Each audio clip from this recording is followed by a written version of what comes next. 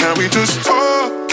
Can we just talk about where we're going before we... hi everyone and welcome to Tahir talk. आज की video हम उर्दू ज़बान में बनाने जा रहे हैं। इसको उर्दू ज़बान में बनाने का मकसद ये है कि हम साउथ एशियन स्टूडेंट्स की मदद कर सकें, जो लोग यहाँ पे आके अपने मास्टर्स या पीएचडी की स्टडी को कंटिन्यू करना चाहते हैं, specially university of British Columbia के अंदर। तो हम आपको आज दिखाएंगे उनकी वेबसाइट के ऊपर कि आपको कौन कौन से स्टेप्स हैं वो फॉलो करने हैं, ताकि आपकी एडमिशन प्रोसेस जो है वो आसान हो सके। तो हमने पूरे प्रोसेस को जो है वो 4 स्टेप्स के अंदर हमने डिवाइड किया। सबसे पहला जो स्टेप है वो है फाइंड अ प्रोग्राम, कि आपको नैरो डाउन करना है कि आपने प्रोग्राम कौन सा पढ़ना है। अभी आपको वेबसाइट पे दिखाते हैं कि आपने किस तरह से सर्च बार को इस्तेमाल करते हुए अपने प्रोग्राम को नैरो डाउन करना है। चले आए देखते हैं। इसके ऊपर ऑलरेडी हमने लिखा हुआ है कि आपने कैसे जो है वो सबसे पहले स्टार्ट करनी है अपनी सर्च को, चाहे आप मास्टर के स्टूडेंट हो या फिर आप डॉक्टरल स्टूडेंट हो। तो यहाँ पे मैंने ऑलरेडी बताया हुआ है कि आपने एक्सप्लोर करना है कि कौन कौन से वहाँ पे प्रोग्राम अवेलेबल है। तो अभी ये लिस्ट हमने ऑलरेडी इस पर दी हुई है कि कौन कौन से प्रोग्राम जो अभी यूबीसी जो है वो करवा रही है, उसमें मास्टर्स प्रोग्राम भी हैं और पीएचडीज भी। तो मास्टर प्रोग्राम में से सबसे पहला जो बायोलॉजी, उसके बाद बायोकेमिस्ट्री, केमिस्ट्री और फिर कंप्यूटर साइंस, डेटा साइंस, अर्थ इन्वायरमेंटल। अब यहाँ पे जो MAS है और जो मास्टर ऑफ इंजीनियरिंग है, मास्टर ऑफ साइंस और मास्टर ऑफ इंजीनियरिंग, इनमें डिफरेंस ये है कि कुछ जो है वो आपको रिसर्च करनी पड़ेगी कुछ में, और कुछ में आपको कोर्सेज जो है ना वो लेने पड़ेंगे। अब यहाँ पे आपने सबसे पहले करना क्या है कि हर एक जो है ना वो जो प्रोग्राम हमने यहाँ पे दिया हुआ है उसका लिंक अवेलेबल है। जैसे ही आप इस पर क्लिक करेंगे तो आपको ये ले जाएगा उस लिंक पे। वहाँ पे उसके बारे में डिटेल्ड इंफॉर्मेशन ऑलरेडी अवेलेबल होगी, आप जो वहाँ पे देख सकते हो। इसमें आप देख सकते हो कि उसकी रिक्वायरमेंट्स क्या हैं, ड्यूरेशन कितनी है, प्रोग्राम में माइलस्टोन्स कौन से हैं, कोर्स वर्क किस तरह का है या थीसिस रिक्वायरमेंट क्या होंगी, वो सारी चीज़ ऑलरेडी आपने सर्च आउट कर लेनी है आपके अप्लाई करने से पहले। और पीएचडी में भी ऐसे है कि आपको बताया जाएगा कि कौन कौन सा कोर्स वर्क होगा, कौन कौन सी रिसर्च होगी आपके यहाँ पे जो अवेलेबल है और किस तरह से आप उसको अवेल कर सकते हैं। तो ये 2 जो है ना वो मेजर चीज़ें आपने पहले ही देखनी है। और उसके बाद रिसर्च सुपरवाइजर्स कौन कौन से हैं, सुपरवाइजर्स की लिस्ट भी दी होगी कि हाँ यहाँ पे सुपरवाइज़र किस तरह के हैं, उनका रिसर्च एरिया कौन सा है। तो आपने जो आपको जो बेहतरीन लगे आपने उसमें उसको अप्रोच करना है। तो ये मास्टर्स के लिए भी है, जो रिसर्च मास्टर्स होगा जिसमें आपने सिर्फ रिसर्च करनी है, और जो पीएचडीज़ हैं उनके लिए भी इसी तरह से आपने प्रोसीजर को करना होगा। उसके बाद लैब और फैसिलिटीज़ यहाँ पे कौन कौन सी अवेलेबल हैं यूनिवर्सिटीज़ के अंदर, और उसके बाद जो इनकी कोलैबोरेशन जो है दूसरी यूनिवर्सिटीज़ के साथ वो कौन कौन सी हैं, तो वो भी आप इस तरह से देख सकते हो उन्हीं लिंक्स के ऊपर। और फिर एडमिशन रिक्वायरमेंट्स उस प्रॉपर जो आपकी है प्रोग्राम उसमें क्या है, और उसमें आपको आगे से फंडिंग अपॉर्चुनिटीज़ कौन कौन सी, ये सारा उसी लिंक के ऊपर अवेलेबल है। आप इसको डिटेल के साथ पढ़ सकते हैं कि कैसे होगा ये, और इसमें कितनी आपको फ़ी देनी पड़ेगी, अप्रेंटिसशिप क्या है, स्कॉलरशिप अवार्ड्स कौन कौन से अवेलेबल हैं, और किन किन फंडिंग एजेंसी से आप वो स्कॉलरशिप ले सकते हो। तो ये सारी की सारी इंफॉर्मेशन जो है वो ऑनलाइन वहाँ पे अवेलेबल होगी। और फिर उसके बाद आपने अप्लाई कैसे करना है, जो डायरेक्टली ये आगे जाके आपको और स्लाइड्स पे भी दिखाऊंगा कि मैं ये अगर डायरेक्टली आप इस लिंक्स में जाना चाह रहे हो तो आपने किस तरह से जाना है। और अगर आप यहाँ पे खुद से रिसर्च करना चाह रहे हो, खुद से देखना चाह रहे हो, तो आपने सिर्फ वो एक सिंगल क्लिक करना है, और सिंगल क्लिक से आपको वहाँ पे उस डिटेल्ड इंफॉर्मेशन पे आपको जो यूनिवर्सिटी की अवेलेबल है वहाँ पे ले जाएगा। इसी तरह से जो मेजरली अगर आप केमिस्ट्री में जाना चाह रहे हैं तो केमिस्ट्री पे आप इस तरह से क्लिक करेंगे तो आपको वो केमिस्ट्री के ग्रेजुएट प्रोग्राम में ले जाएगा, और वहाँ पे आपसे दिखा रहा होगा कि सारी कितना इसका ड्यूरेशन है, कैसे डिसर्टेशन के लिए आपको कितना टाइम चाहिए, वो सारी चीज़ें बता रहा होगा। जो डिटेल्ड इंफॉर्मेशन एक्जैक्टली उसी तरह से जो पहले हमने बायोलॉजी का देखा इसी तरह से केमिस्ट्री का भी है। ये आप प्रॉपरली सर्च आउट कर सकते हैं। थीसिस किस किस्म की हैं, एडमिशन रिक्वायरमेंट कौन सी हैं, इसमें कितनी फ़ी होगी डोमेस्टिक के लिए और इंटरनेशनल स्टूडेंट्स के लिए। तो आपने इसको भी चेक करना है कि डोमेस्टिक के लिए जो फ़ी है इंटरनेशनल के, वो कम्प्लीटली मतलब ऑलमोस्ट 100% वो उसका एक्स्ट्रा होती है जो इंटरनेशनल स्टूडेंट्स पे कर रहे होते हैं।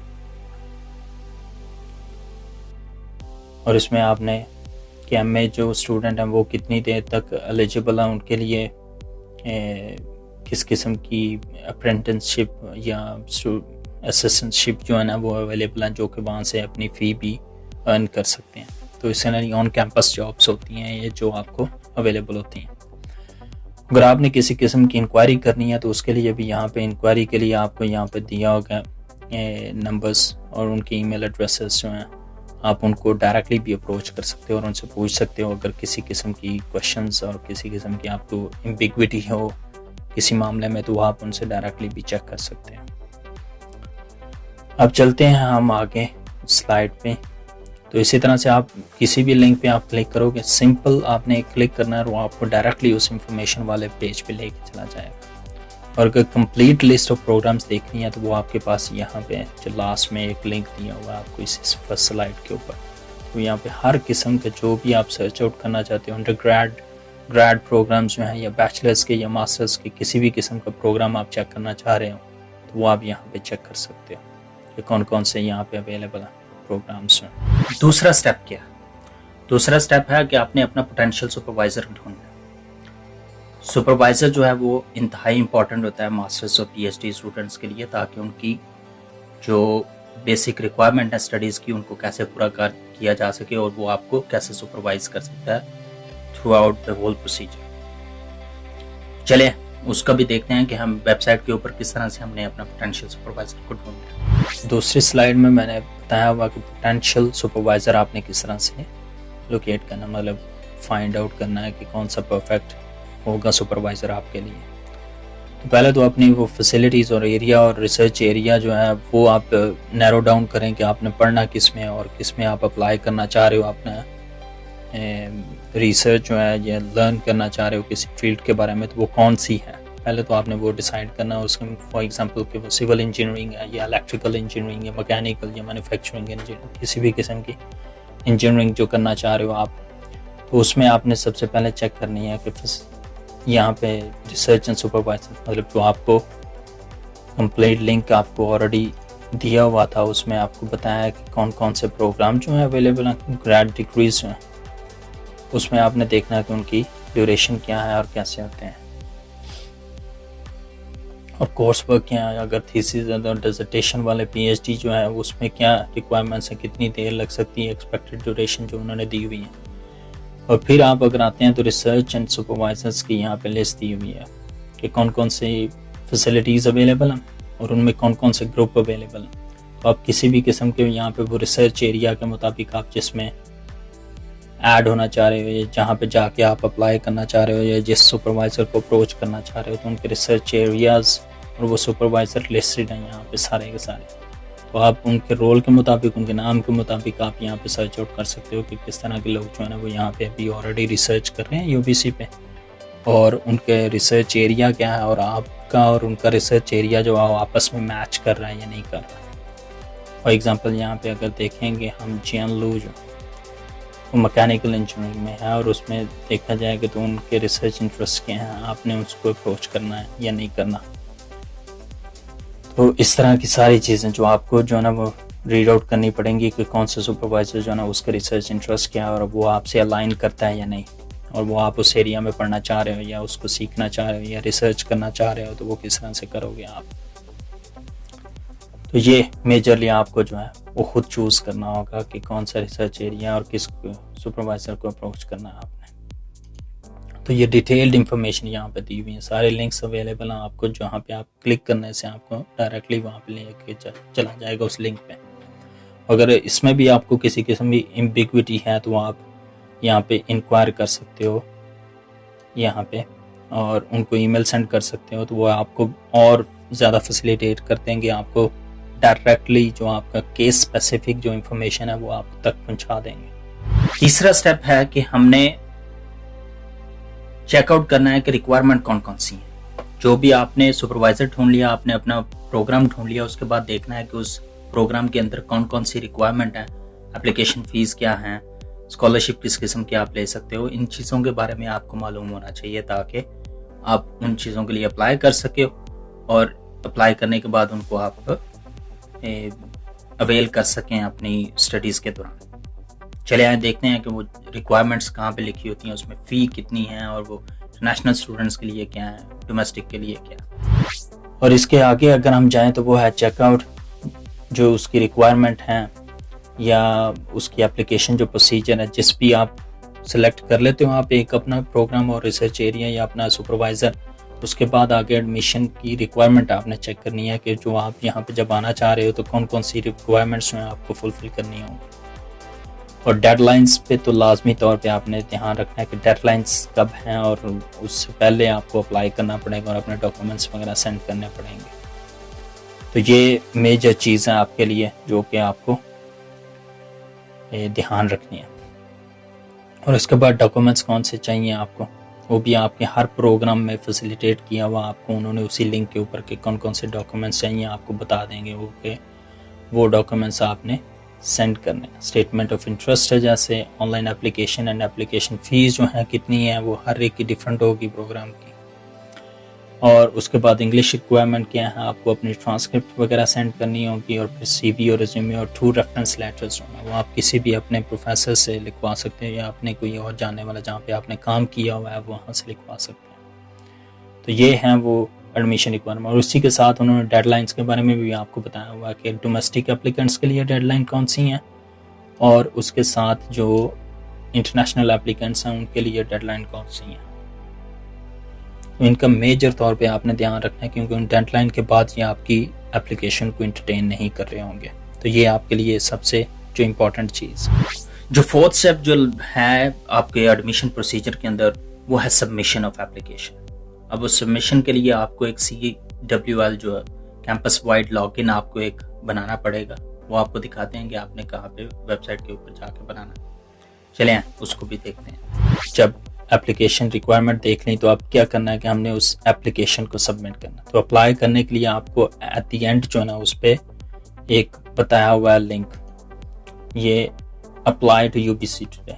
तो इस पर आप क्लिक करोगे तो आपके लिए वो डायरेक्टली एक अकाउंट पे ले जाएगा जहाँ पे आपको CWL अकाउंट वो आपने खुद से क्रिएट करना है, जो कि हर एक कंपनी है जो भी यहाँ पे यूनिवर्सिटीज़ हैं उनका सेपरेट होता है कि आपने हर एक में डिफरेंटली अप्लाई करना होता है। तो यहाँ पे वो आप अकाउंट बनाएंगे अपनी किसी भी ईमेल एड्रेस से और उसमें फिर जो है ना सारी अपनी डिटेल्स उसमें इनपुट करेंगे। जैसे कि आपको यहाँ पे दिखाया हुआ graduate studies online application portal जो है, वहाँ पे जाके अपनी आप एप्लीकेशन फिल आउट करोगे और सारी अपनी इंफॉर्मेशन दोगे और जो वो रिक्वायर्ड डॉक्यूमेंट्स हैं वो हमने अपलोड करने हैं ताकि वो आपके एवेल्यूएट किए जा सकें और आपकी एलिजिबिलिटी चेक की जा सके कि आप यहाँ पे आके पढ़ने के लिए एलिजिबल हैं या नहीं। और वहाँ पे आप अपनी एप्लीकेशन का ट्रैक भी कर सकते हैं कि उसमें कौन से स्टेप्स या कौन सी और चीज़ें उन्हें जो हैं वो जो रिक्वायर्ड होंगी वो आपसे वहाँ पे ही पूछ रहे होंगे। तो वो आप जब भी आपको टाइम मिले आप वहाँ पे चेकआउट कर सकते हो कि किस तरह की आपकी अपडेट्स हैं आपकी एप्लीकेशन पे। तो ये सब आप डिसाइड करने के बाद जब रेडी होंगे आप एप्लीकेशन फाइल करने के लिए, तब आप इस लिंक पे पहुंच जाओगे। जो लास्ट स्टेप है ये PhD वालों से ज़्यादा रिलेटेड है। इसमें हमने बताया हुआ कि PhD के लिए एक टाइमलाइन क्या है, ये उसमें एडमिशन प्रोसीजर में इसको इंक्लूड नहीं किया हुआ क्योंकि ये एक सेपरेट, अब जब आ जाते हो एडमिशन के बाद यहाँ पे तो उस वक्त जो आपकी टाइमलाइन है PhDs वालों की उसमें कौन कौन से आपको स्टेप लेने पड़ते हैं कितनी ड्यूरेशन के अंदर वो दिखाया गया। तो चले आए उसको देखो, जो कि आप उसकी ऑनलाइन इंफॉर्मेशन भी आप जो लिंक्स हैं उनको फॉलो करते हुए जो आपके राइट हैंड कॉर्नर में दिए हुए हैं स्लाइड के ऊपर आप चेक कर सकते हो कि कौन सी हैं रिक्वायरमेंट्स, वहाँ पे कितना टाइम लगेगा। इसको कम्प्रीहेंसिव एग्ज़ाम के बारे में बताया। जो PhD की यहाँ पे जो टाइमलाइन है उसमें क्या होता है कि आप आते हो यहाँ पे 3 साल के लिए या 4 साल के लिए, उसमें कम्प्रीहेंसिव एग्ज़ाम जो है ना वो आपको विदिन 8 मंथ्स एडमिशन के बाद आपको देना होता है कम्प्रीहेंसिव एग्ज़ाम्स में। कम्प्रीहेंसिव एग्ज़ाम में कि आपने जो इस बैकग्राउंड से जो पढ़ा लिखा आपने जो सीखा हुआ ऑलरेडी पहले और उसका वो एक टेस्ट लिया जाएगा। पैनल बैठेगा जो कि आपका एक आप उसको प्रेजेंट करोगे, बताओगे कि मैं इस बैकग्राउंड से हूँ, ये चीज़ें मैंने सीखी हुई, ये करना चाह रहा हूँ और आगे मैं लेके चलूँगा अपनी PhD में। और फिर आपको 3 साल के अंदर अंदर एक आपने दिखाना होता है कि मेरे पास प्रपोजल क्या है आगे रिसर्च करने का, जो मैं अचीव क्या करना चाह रहा हूँ, टारगेट क्या मैंने बनाया आपने जो आगे काम करना, वो विद इन 3 years आपने सारा वो प्रपोजल एग्ज़ाम भी पास करना होता है।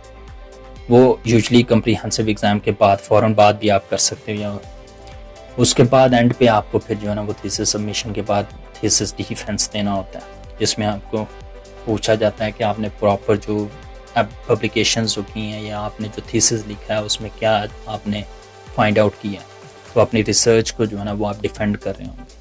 ये सारी अगर आप पहला जो लिंक है उसमें भी जाएंगे तो आपको वो चीज़ें वहाँ पे भी मालूम हो जाएंगी। ओके, चलें लास्ट स्टेप में हम आपको ये बताना चाह रहे हैं कि ये जो पीपीटी आपको दिखाई गई है इस वीडियो के अंदर, पीपीटी का आपके साथ शेयर करने के लिए लिंक डिस्क्रिप्शन में ऑलरेडी मौजूद होगा, जो कि आप वहाँ से इसको जाके एक्सेस कर सकते हो। बाकी नेक्स्ट वीडियोस के अंदर आपको हम बाकी भी क्वेश्चंस के आंसर करने की कोशिश करेंगे। तब तक के लिए बाय बाय।